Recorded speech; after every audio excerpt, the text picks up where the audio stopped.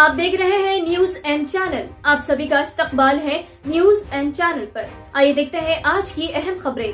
دیکھیے، یہ جو نوٹیفیکیشن دیا گیا ہے اس کے بارے میں ہم نے جواب دیا ہے این ڈی ایم سی کے آرکیٹیکٹ کو.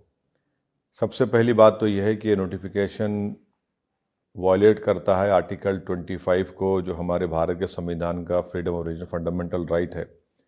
ایک ہیریٹیج کی جگہ بھی ہے اور ایک پلیس آف ورشپ ہے.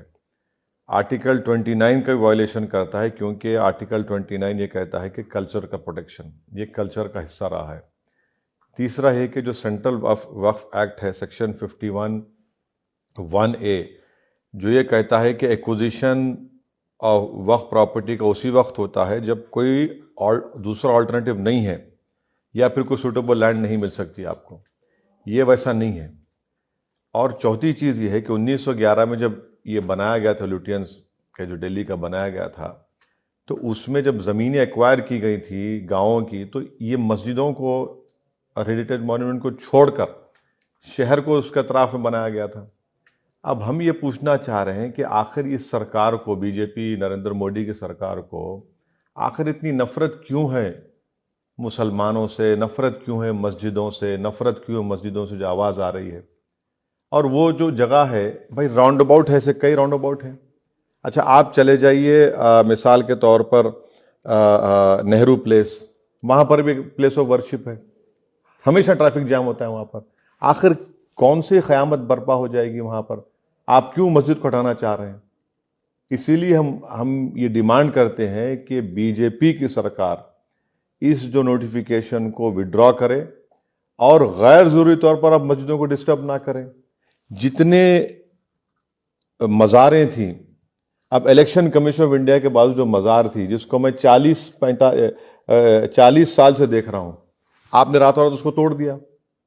آخر ہے کیا؟ قصہ کیا ہے؟ آخر کیوں اتنی نفرت کیوں ہے؟ یہ بتاتا ہے کہ نریندر مودی کی سرکار جو ہے وہ مسلمانوں سے، مسلمانوں کی مسجد سے، مسلمانوں کی مسجد سے جو آواز آتی ہے ان سے نفرت کرتی ہے. آپ کو ضرورت ہی نہیں ہے سنہری مسجد کو ہٹانے کی. کس کو تکلیف ہو رہی ہے بھائی؟ کتنے راؤنڈ اباؤٹس ہیں، آپ اسی راؤنڈ اباؤٹ کے پیچھے کیوں پڑے ہیں؟ اور نہ وہاں پر کوئی اتنا ٹریفک کا پرابلم ہے. تو یہ ایک محض ستانے کے لیے، تنگ کرنے کے لیے، ہماری مسلمانوں کی ڈگنیٹی کو چھیننے کے لیے اس طرح کی یہ حرکتیں کی جا رہی ہیں، جس کا ہم کنڈیم کرتے ہیں اور امید کرتے ہیں کہ ہمارے ملک کے وزیر اعظم اور رولنگ پارٹی بی جے پی، جو سب کا ساتھ، سب کا وکاس، وشواس کی بڑی بڑی باتیں کرتی ہے، فوراً اس کو وڈرا کرے اور مسجد کا تحفظ کرے. یہ مسجد ہے، آپ اس کو نہیں اس طرح سے ڈیمالش کر سکتے. Our party has opposed this notification to demolish the Sunehri Masjid. Why? Because this notice violates Article 25 of our Constitution, which is a fundamental right, which gives us freedom of religion, and that is a place of worship from last 200 years. Secondly, it also violates Article 29, which is again a fundamental right, which gives us the right to protect and conserve our culture. That is part of our culture. Thirdly, it also violates Section 51(1)(a) of the 1995 Central Waqf Act, which says, which permits acquisition of Waqf property only when no other alternative land which is less or more suitable can be found.